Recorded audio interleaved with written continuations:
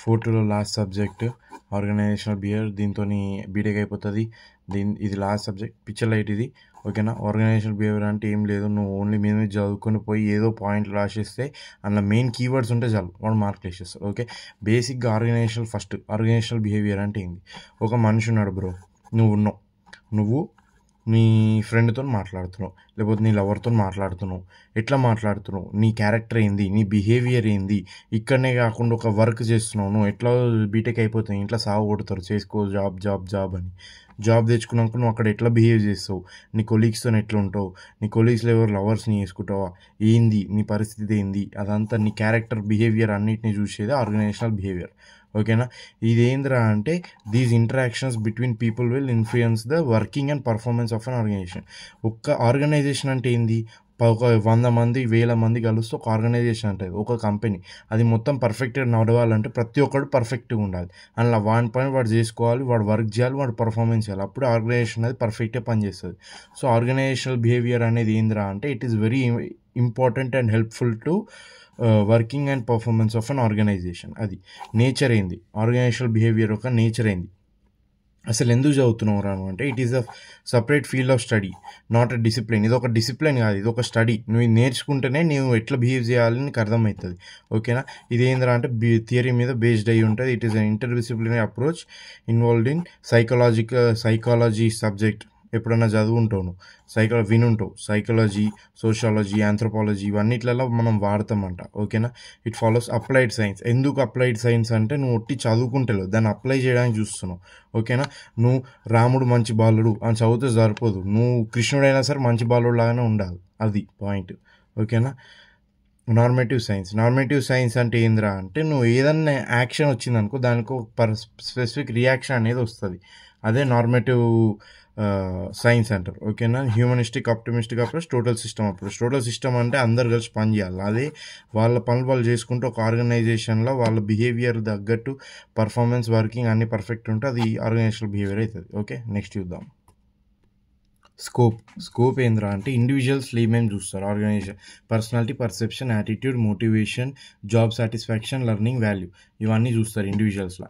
అదే group of ఇండివిజువల్స్లో ఏం చూస్తారంటే ఆ గ్రూప్లో ఉన్న డైనమిక్స్, ఇద్దరు ఎట్లా పనిచేస్తున్నారు. ఇప్పుడు మీ ఫ్రెండ్స్ గ్రూప్ ఉంది, మీరిద్దరు ఎట్లున్నారు, ఒక 5-6 మెంబర్స్లో మీరిద్దరు బెస్ట్ ఫ్రెండ్స్. అట్లా ఆ గ్రూప్లో ఉన్న ఇంకో ఇద్దరు బెస్ట్ ఫ్రెండ్స్, ఆ గ్రూప్లో ఉన్న డైనమిక్స్ ఏంది, ఆ గ్రూప్లో ఉన్న ఇప్పుడు ఒకడికొకడు పడకపోవచ్చు, చిన్న గొడవలు రావచ్చు, ఆ కాన్ఫ్లిక్ట్స్ ఏంది, మీ అందరూ ఎట్లా కమ్యూనికేషన్ చేసుకుంటాడు, ఎవడు లీడర్, ఎవరి దగ్గర ఎక్కువ పవర్ ఉంది ఆ గ్రూప్లో, ఎవడు పాలిటిక్స్ చేస్తాడు, అదంతా. ఓకేనా. నెక్స్ట్ ఆర్గనైజేషన్ అండ్ స్ట్రక్చర్ అంటే ఏందిరా అంటే ఆ స్కోప్లో ఏంది, ఆర్గనైజేషన్లో ఒక స్ట్రక్చర్ అనేది ఎట్లుంటుంది, అది ఏమేమిటి అంటే స్ట్రక్చర్. ఆర్గనైజేషన్లో ఉండే స్ట్రక్చర్ హైరార్కీ, బాస్ ఉంటాడు, CEO కింద మేనేజర్, హెచ్ఆర్ కింద మేనేజర్ కింద నువ్వు వేస్ట్ ఫెలో పనిచేస్తావు. ఓకేనా. కల్చర్, ఆ కంపెనీలో కల్చర్ అనేది ఎట్లుంటుంది, ఎప్పుడు నిన్ను వర్క్ లోడ్ ఎక్కువ ఇస్తాడో తక్కువ ఇస్తాడో అంతా సోది. చేంజెస్ ఎంత ఫ్రీక్వెంట్గా చేంజెస్ అయితే నీ జాబ్ని తీసేస్తారు. ఇప్పుడు TCS ఉంది, TCSలో నువ్వు ఒకసారి వస్తే గవర్నమెంట్ జాబ్ వచ్చినాడు, నేను తీసేయరు. అట్లా చేంజెస్ ఏమైనా ఉంటాయి, డెవలప్మెంట్ ఎంత డెవలప్మెంట్ అవుతుంది కంపెనీ, అదంతా ఇవన్నీ ఇందుకు వస్తాయి. ఇవన్నీ నువ్వు సైడ్ హెడింగ్స్ జస్ట్ నేర్చుకో అంతే, బట్టి కొట్టకపోవాలి సైడ్ హెడింగ్స్ అంతే. That is the only thing. Okay. Environmental and organizational context అయిందిరా అంటే an organization must understand the basic element of its environment to perform efficiently. ఆ ఆర్గనైజేషన్ అనేది ఎఫిషియెంట్గా పర్ఫామ్ చేయాలి అంటే దాన్ని బెస్ట్ అవుట్పుట్ ఇవ్వాలంటే అది ఏం చేయాలంటే దాని బేసిక్ ఎలిమెంట్స్ని అది అర్థం చేసుకోవాలి. దాని బేసిక్ ఎలిమెంట్స్ ఏంది, there are 2 types of environments. ఆ ఎన్విరాన్మెంట్స్ ఏందిరా అంటే internal micro environment, external macro environment. Internal అంటే ఏంద్రా అంటే events that occurs inside an organisation will become under internal. అంటే ఏంది, నీకు సింపుల్గా చెప్తా విను. Like final resources, funding, income, investment ఇవన్నీ నీకు ఏంది ఇంటర్నల్ ఎన్విరాన్మెంట్ కిందకి వస్తాయి. ఫిజికల్ రీసోర్సెస్ లైక్ లొకేషన్, నీకు ఎక్కడ ఉంది, హైదరాబాద్ ఉందా, బెంగళూరులో ఉందా, చెన్నైలో ఉందా, లేకపోతే అస్సాంలో ఉందా. ఓకేనా. ఎక్విప్మెంట్, నీకు మంచి ఎక్విప్మెంట్ ఇస్తున్నారా, లేకపోతే ఇరిగిపోయిన చైర్లు, ఇరిగిపోయిన కంప్యూటర్లు ఇస్తున్నారా. ఫెసిలిటీస్, తినడానికి తిండి ఉందా, లేకపోతే ఒట్టి మంచినీళ్ళు లేవా. ఓకేనా. హ్యూమన్ రిసోర్సెస్, ఎంప్లాయీస్ ఎంతమంది ఉన్నారు, మొత్తం నువ్వు ఒక్కనే ఉన్నావు, నీ మీదే నూకేస్తున్నారు పని. ఆడియన్సెస్, వాళ్ళ కస్టమర్స్ ఎట్లున్నారు, వాలంటీర్స్ చేయడానికి ఎట్లున్నారు, అదంతా. ఓకేనా. Next external macro environment. External అంటే ఏంది? ఇప్పటిదాకా ఈ లోపల ఆర్గనైజేషన్ లోపల ఏది చూసినాం, ఇప్పుడు ఎక్స్టర్నల్ బయటవి ఎఫెక్ట్ చేస్తాయి, అదే ఎన్విరాన్మెంట్. ఏందిరా అంటే జనరల్ ఈవెంట్, టాస్క్ ఈవెంట్ అని రెండు ఉంటాయి. ఆ జనరల్ ఎన్విరాన్మెంట్లో ఏందిరా అంటే ఎకనామిక్ ఎన్విరాన్మెంట్. ఆ ఎకనామిక్ సిచ్యువేషన్ ఇట్లుంది అంటే స్టాక్లో ఆ కంపెనీ రైజ్ ఉందా, లో ఉందా, ఏంది, దాని మార్కెట్ వాల్యూ ఎంత, సోషో కల్చర్, ఆ కంపెనీ అనేది ఎట్లా ఫిట్ అవుతుంది చుట్టుపక్కల కల్చర్లా, ఓకేనా. పొలిటికల్ లీగల్ ఎన్విరాన్మెంట్, అది పొలిటికల్గా స్ట్రాంగ్ కంపెనీయా లేకపోతే వీక్ కంపెనీయా, దాని హోల్డ్ ఎంత మార్కెట్లో, దాని ఇన్ఫ్లుయెన్స్ ఎంత, అదంతా. నెక్స్ట్ టెక్నాలజికల్ ఎన్విరాన్మెంట్, ఎంత టెక్నాలజీ యూజ్ చేస్తున్నా లేకపోతే ఇంకా విండోస్ 2007 డబ్బా కంప్యూటర్లు వాడుతున్నారా, ఓకే. టాస్క్ ఎన్విరాన్మెంట్ అంటే ఏంద్రా అంటే కస్టమర్స్, సప్లయర్స్, కాంపిటీటర్స్ వీళ్ళందరూ టాస్క్ ఇస్తారు నీకు. వీళ్ళందరినీ పట్టుకొని నువ్వు టాస్క్ చేస్తావు, అర్థమైంది. టాస్క్ ఎవరి కోసం చేస్తావు? కస్టమర్స్ కోసం చేస్తావు. టాస్క్ ఎట్లా సప్లయర్స్ ఇస్తే చేస్తావు. టాస్క్ ఎట్లా చేస్తావు? కంప్యూటర్స్ కంటే మంచిగా చేస్తావు. Financial institutions, banks, government, media ఇవన్నిటిని కవర్ చేయడానికి టాస్క్ ఎన్విరాన్మెంట్ అంటారు వీటిని బేసిక్గా, okay. Next impact of IT. Information technology అనేది దాని ఇంపాక్ట్ ఏంది? Technology is a basic factor in economic development, తెలుసు మనకి. Modern technologies help increase productivity and provide good quality products at లో ప్రైజెస్లో నీకు గుడ్ క్వాలిటీ ప్రోడక్ట్స్ కావాలంటే నువ్వు ఏం చేయాలంటే మోడర్న్ టెక్నాలజీస్ అనేవి వాడు, అది, okay. It helps the organization to improve in following ways. Following వేస్లో ఎట్లా ఇంప్రూవ్ చేస్తుంది ఐటీ అనేది అంటే first communicating and sharing information. నువ్వు కమ్యూనికేట్ చేసుకుంటే, ఇన్ఫర్మేషన్ షేర్ చేసుకుంటే నీకు ఐటీ అనేది చాలా హెల్ప్ అవుతుంది. ఎట్లా? నువ్వు ఇన్ఫర్మేషన్ షేర్ చేసుకుంటావు ఐటీతో, కమ్యూనికేట్ చేసుకుంటావు, అప్పుడు నీకు ఏమవుతుంది? కనెక్షన్ క్లియర్ అవుతుంది, మిస్అండర్స్టాండింగ్స్ అనేవి ఉండవు. ఇప్పుడు నువ్వు స్విగ్గీ ఉంది, నువ్వు ఒక ఆర్డర్ బిర్యానీ కావాలి పోయి నాకంటే వాడు బిర్యానీ తెచ్చిస్తాడు, దాని బదులు రోటీ కర్రీ తెచ్చిచ్చిన అనుకో, తన్ని నాకు అవసరం లేదు పోరా అంటూ. అది ఫస్ట్ ఆఫ్ ఆల్ ఇది ఎట్లా నడుస్తుందిరా అంటే IT. This is IT, information technology, that is the magic, okay. Next discover and apply for job vacancies. నువ్వు ఆన్లైన్ ఇప్పుడు లింక్డ్ఇన్ ఉంది, లింక్డ్ఇన్ అంటే ఇన్ఫర్మేషన్ టెక్నాలజీ, అందులోకి వెళ్ళి నువ్వు జాబ్ వేకెన్సీస్ వెతుకొని చేస్తున్నావు, అంతే, okay. Next reduce manual work తక్కువ అవుతుంది, ఎందుకంటే నువ్వు ఏఐ వచ్చింది, ఇప్పుడు ఏఐకే పని చెప్తున్నావు సగం, ఓకేనా. లేజీ ఫెలో అవుతున్నావు. Next personal common application instead of a common application for everyone.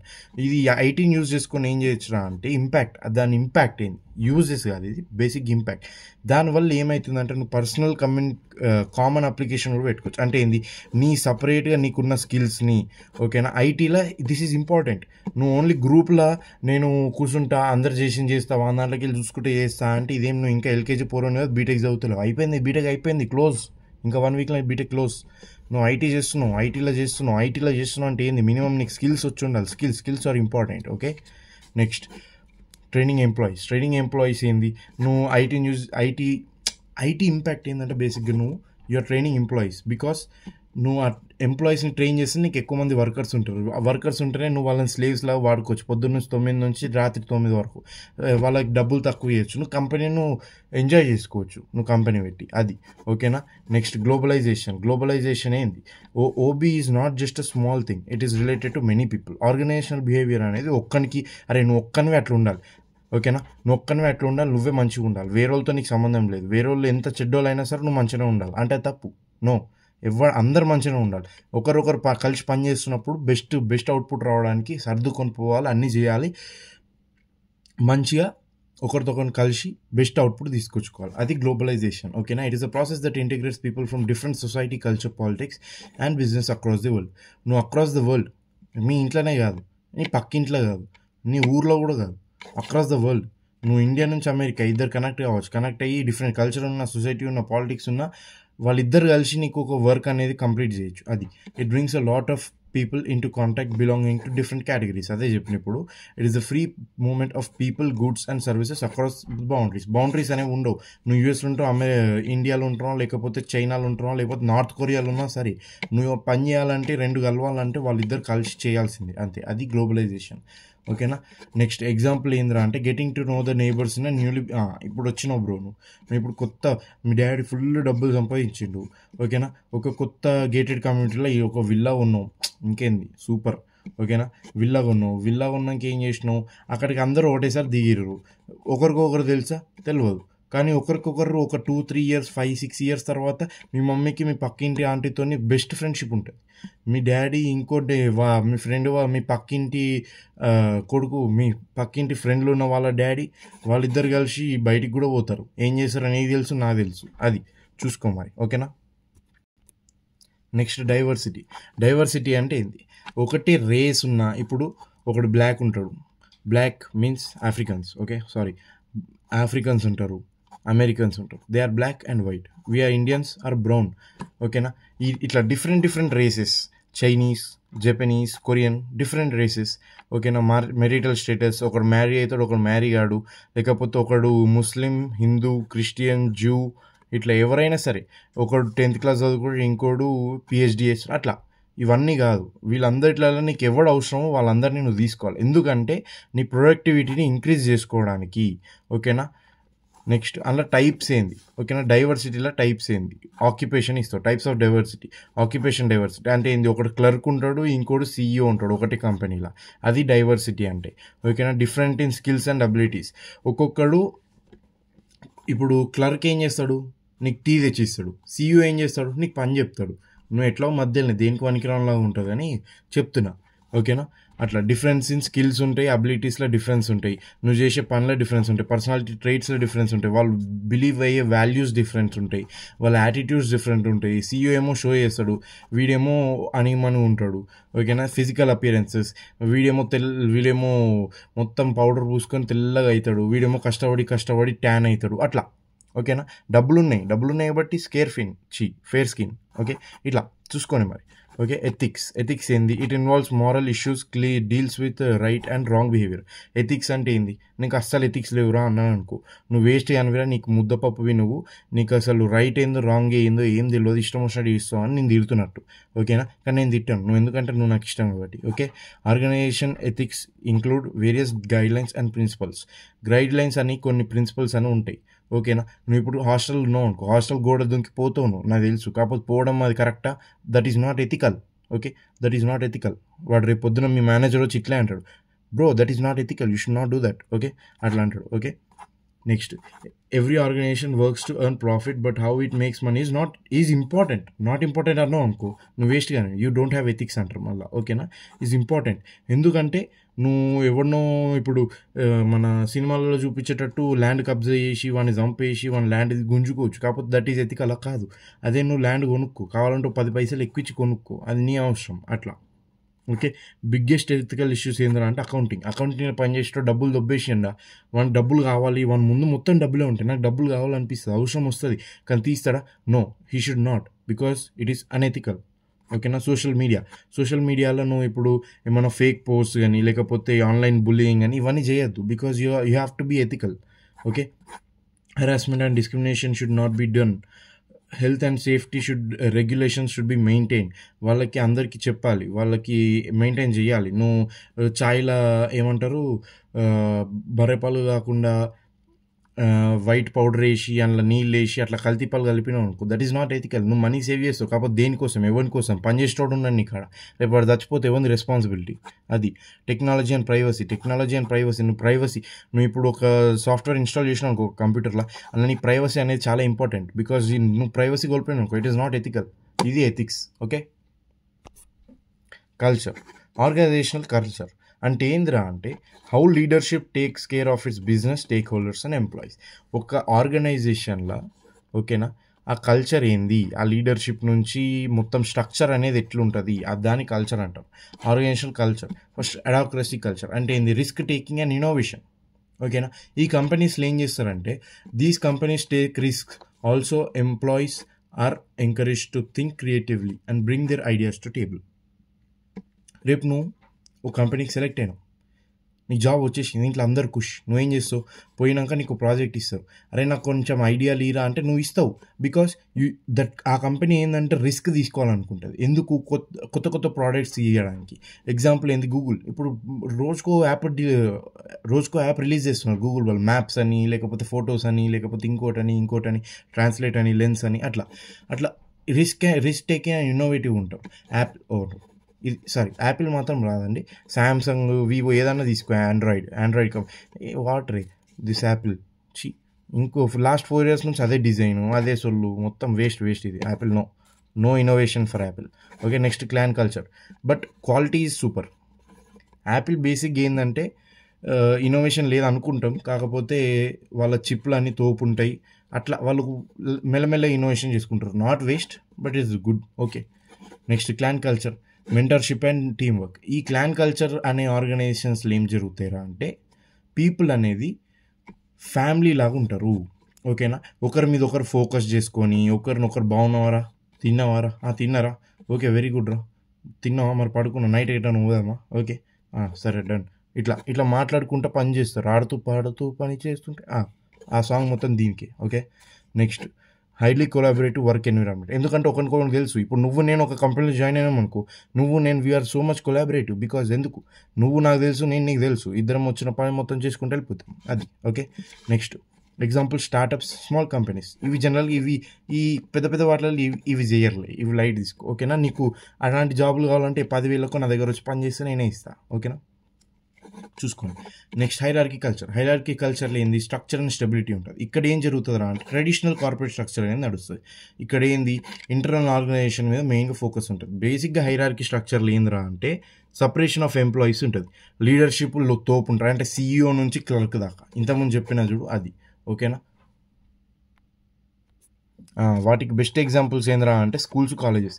నీకు ప్రిన్సిపల్ ఉంటాడు, ప్రిన్సిపల్ నుంచి ఆఫీస్ బాయ్ ఉంటాడు, అట్లా. ఓకేనా, నెక్స్ట్ మార్కెట్ కల్చర్లో ఏందిరా అంటే మార్కెట్ కల్చర్ ఉన్న ఆర్గనైజేషన్స్లో ఏం జరుగుతుంది అంటే competition and growth, that is their motto. Competition and గ్రోత్లో ఏం జరుగుతుంది, మెయిన్ ప్రయారిటీ ప్రాఫిట్స్.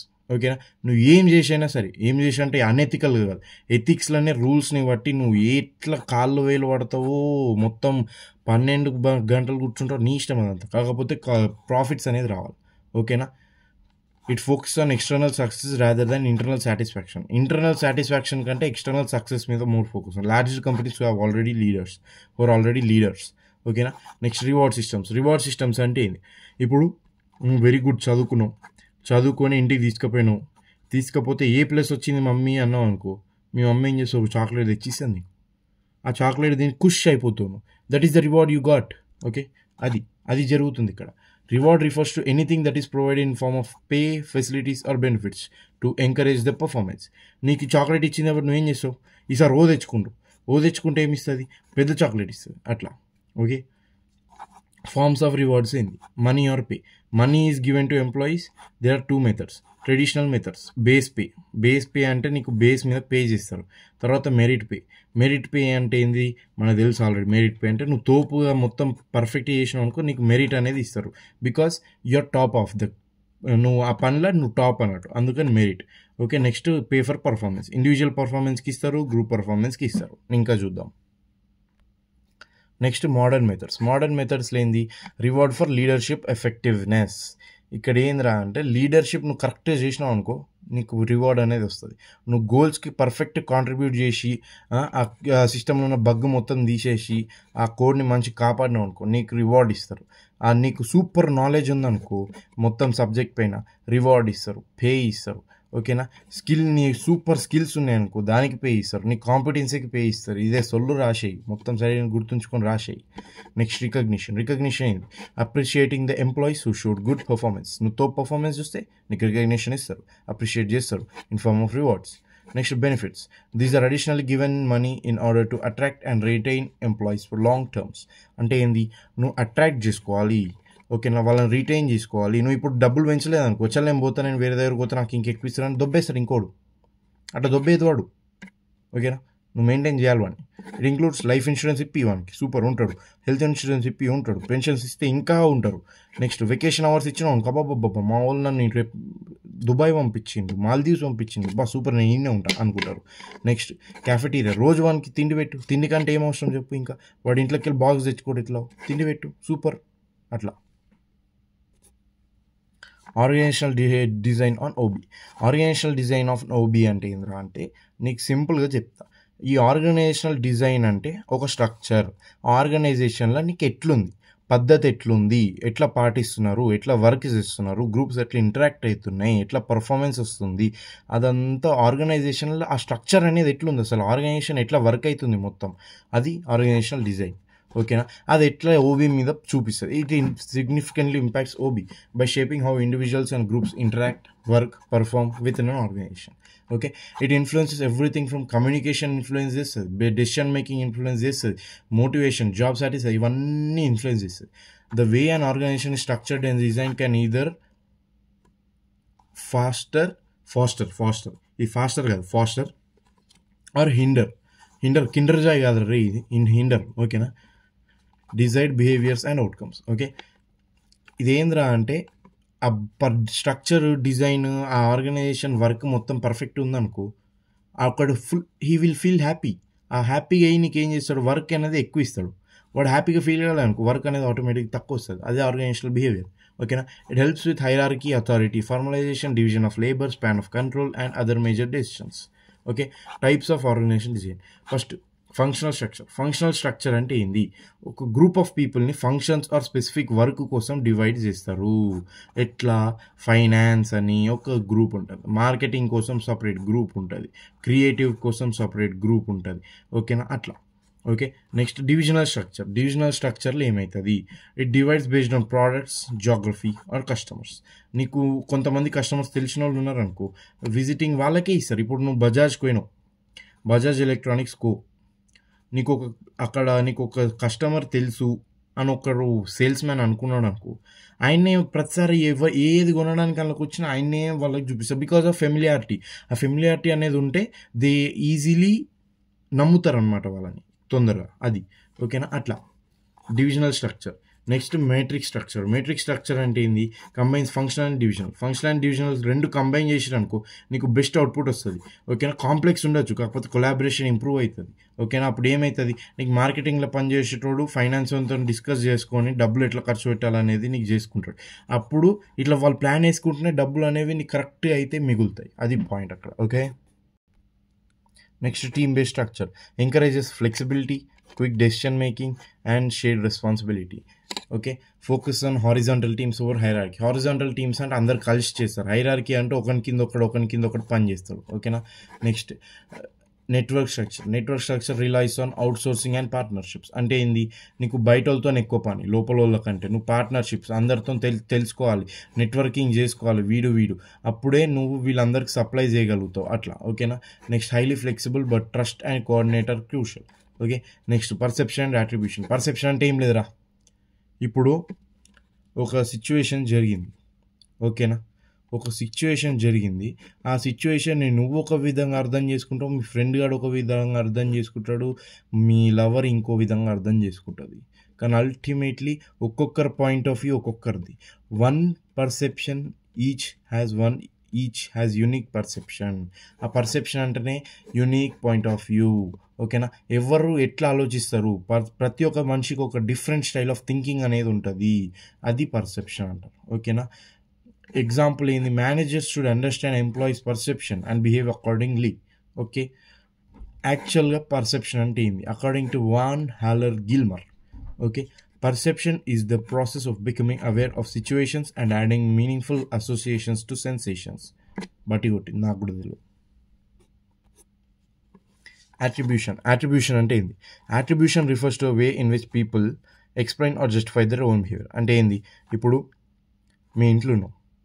ఓకేనా, మీ మమ్మీ అదేమంటారు పోపు డబ్బులు పెట్టింది, నువ్వేం చేస్తావు, టీడిన్ అనుకుంటా మెల్ల కిచెన్లోకి వస్తావు. మీ మమ్మీ లేనప్పుడు వచ్చి డబ్బా ఓపెన్ చేసి అందులోకి 50 రూపాయలు తీసుకొని బయటకు పోతావు. అప్పుడు మళ్ళీ నువ్వు ఇంటికి వచ్చేసరికి మీ మమ్మీ పోపు డబ్బా పట్టుకొని సోఫాలో వస్తుంది, ఎవడు తీసిండు అని అడిగింది. అప్పుడు నువ్వేం చేస్తావు, ఏమో మమ్మీ నాకు తెలియదు, డాడీ తీసిండు లేకపోతే తమ్ముడు తీసిండు అని వేరే వాళ్ళ మీదకి నొక్కుతావా, లేకపోతే నేనే తీసిన మమ్మీ సారీ అని నిజం ఒప్పుకుంటావా? అదే యాట్రిబ్యూషన్. ఓకేనా, explain or justify their own behaviour of others. నువ్వు ఇక్కడ నీకు చెప్పుకుంటున్నావు, మీ మమ్మీది కూడా చెప్పొచ్చు, మీ మమ్మీ నీకు చెప్తుంది, అది కూడా యాట్రిబ్యూషన్, దాన్ని యాట్రిబ్యూషన్ అంటారు. Okay, nature and importance of perception. Perception యొక్క నేచర్ ఏంటంటే it is a subjective process based on personal interest, opinions and feelings. ఓకేనా, ఈజీ అర్థమైపోయింది. Next activation process. అది ఎందుకు యాక్టివేషన్ ప్రాసెస్ అంటే ఒక ఇండివిజువల్ని యాక్టివ్ చేస్తుంది.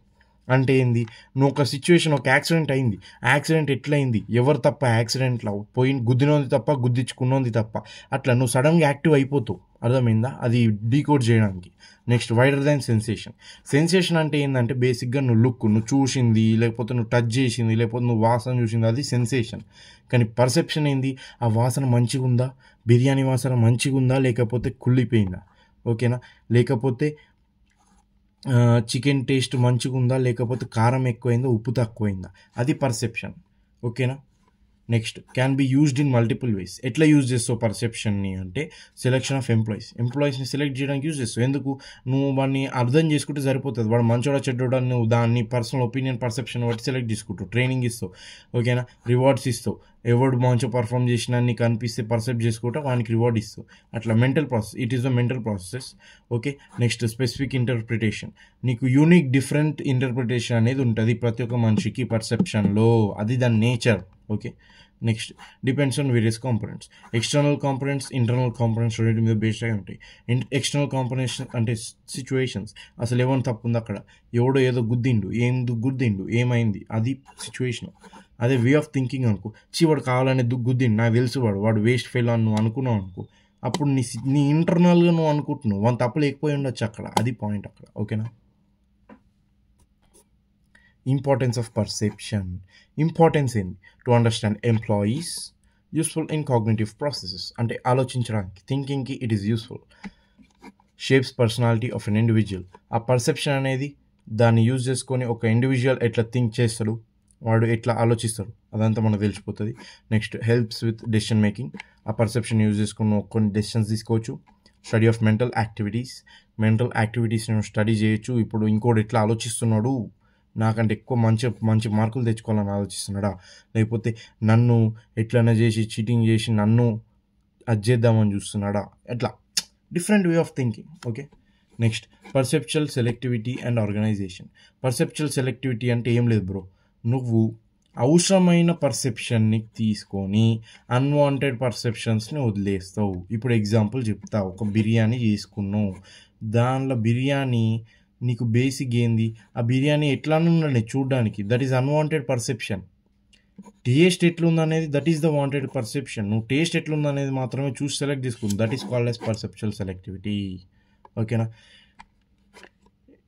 నెక్స్ట్ ఇందులో ఏంద్రా అంటే టూ ఫ్యాక్టర్స్ ఉన్నాయి. ఆ టూ ఫ్యాక్టర్స్ ఏంది? Internal factors, external factors. Internal factors ఏంది? సెల్ఫ్ కన్సెప్ట్, అంటే నువ్వు ఎట్లా ఆలోచిస్తున్నావు, నువ్వు బిర్యానీ చూడ చీ అనుకున్నావు, చీయే ఉంటుంది నీకు అది, ఓకేనా. బిలీఫ్, నువ్వు ఏం బిలీవ్ చేస్తావు, నీ ఎక్స్పెక్టేషన్స్ ఏంది, నీకు ఆ రెస్పాన్స్కి ఉన్న నీకు ఆన్సర్ ఏంది, ఓకేనా, రెస్పాన్స్కి ఏంది నీ రియాక్షన్ ఏంది, అదంతా ఇంటర్నల్ ఫ్యాక్టర్స్. అదే ఎక్స్టర్నల్, సైజ్ లార్జ్ ఉంటే, ఇంటెన్సిటీ లాంగ్ ఉంటే, గుడ్ స్మెల్ ఉన్నా కానీ, రిపిటేషన్ యాడ్స్ వేస్తూనే ఉంటాడు, దాన్ని ఎట్లా పర్సెప్ట్ చేసుకుంటావు. మోషన్ అంటే ఏంది? పిక్చర్స్ అనేవి, నువ్వు ఇప్పుడు సినిమాలు చూస్తావు, ఫోటోని 3 గంటలకు చూడు, నేను చూడలేవు. అదే సినిమాని 3 గంటలు కాదు, ఇంకో 10 గంటలు చూడమన్నా చూస్తావు, ఎందుకంటే మనం సినిమా పిక్చర్లు కాబట్టి, అది, ఓకే. కాంట్రాస్ట్, ఆపోజిట్స్ అట్రాక్ట్, అది మనకు తెలుసు. నీకు హై లైటింగ్ బ్యాక్గ్రౌండ్ నుండి మధ్యలో ఇట్లా నీడ బ్లాక్ కలర్ బాడీలాగా కనిపించింది అనుకో, ఆ ఫోటోలు ఎంత తోపు ఉంటాయి, అది కాంట్రాస్ట్ ఉంటుంది, ఓకేనా. నెక్స్ట్ ఈ సోషల్ పర్సెప్షన్ ఏంది? సోషల్ పర్సెప్షన్ అంటే ఒక ఇన్ఫర్మేషన్ని ఎట్లా పర్సీవ్ చేసుకుంటావు, ఇంటర్ప్రేట్ చేసుకుంటావు about another person, okay. It is the one of types of perceiver interprets the information about another person, అది, ఓకే. ఫ్యాక్టర్స్ ఇన్ఫ్లుయెన్సింగ్ ఏంది? Characteristics of perceiver. ఆ పర్సీవర్ క్యారెక్టరిస్టిక్స్ ఎట్లుంటాయి, ఆ క్యారెక్టరిస్టిక్స్ని ఎట్లా ఇన్ఫ్లుయెన్స్ చేస్తాయి ఏంటంటే ఫెమిలియారిటీ, నాలెడ్జ్ అబౌట్ టార్గెట్. ఆ target గురించి మనకి ఎంత తెలుసు, బిర్యానీ గురించి నీకు ఎంత తెలుసు, ఓకేనా, దాని వాసన ఎట్లుండాలి, దాని స్మెల్ ఎట్లుండాలి, ఎట్లా కనిపించాలి, అదంతా నీకు తెలుసా.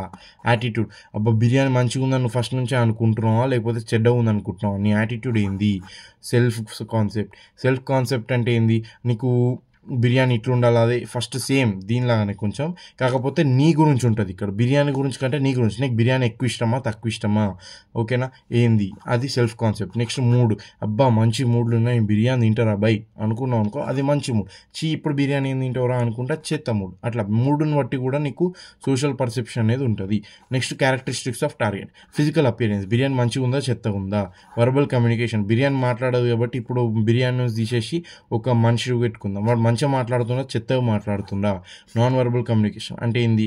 వాడి బాడీ లాంగ్వేజ్ ఎట్లుంది, వాని సైన్స్ ఎట్లున్నాయి, వాని ఇంటెన్షన్స్ ఎట్లున్నాయి, క్యారెక్టరిస్టిక్స్ ఆఫ్ సిచ్యువేషన్, ఆ సిచ్యువేషన్ కంటెక్స్ట్ ఎట్లా మీరిద్దరు ఎప్పుడు మీట్ అయ్యారు, అది స్ట్రెంగ్త్ ఆఫ్ సిచ్యువేషన్ అంటే సివియారిటీ, అది చాలా సీరియస్ సిచ్యువేషనా లేకపోతే లైట్ ఒరే జోక్ అన్న అనే సిచ్యువేషనా, అది ఇవన్నీ ఫ్యాక్టర్స్ అనమాట సోషల్ పర్సెప్షన్ని ఇన్ఫ్లుయెన్స్ చేస్తాయి.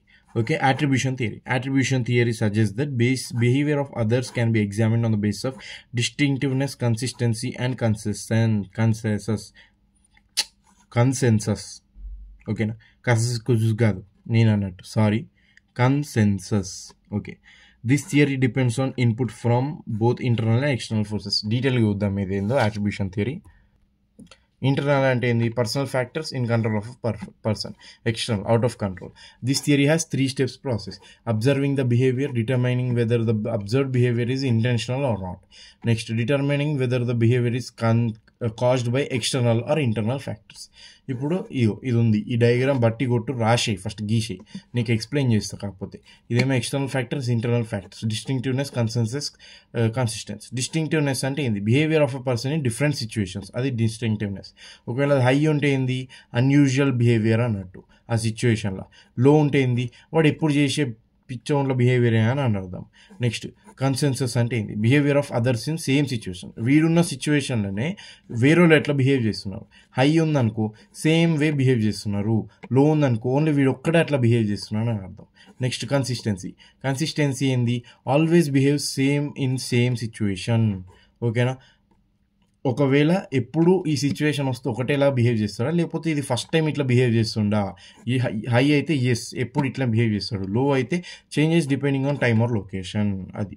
ఓకే, ఇప్పుడు ఇక్కడ ఏముంది, డిస్టింక్టివ్నెస్ హై ఉంది, కన్సెన్సస్ హై ఉంది, కానీ కన్సిస్టెన్సీ లో ఉంది.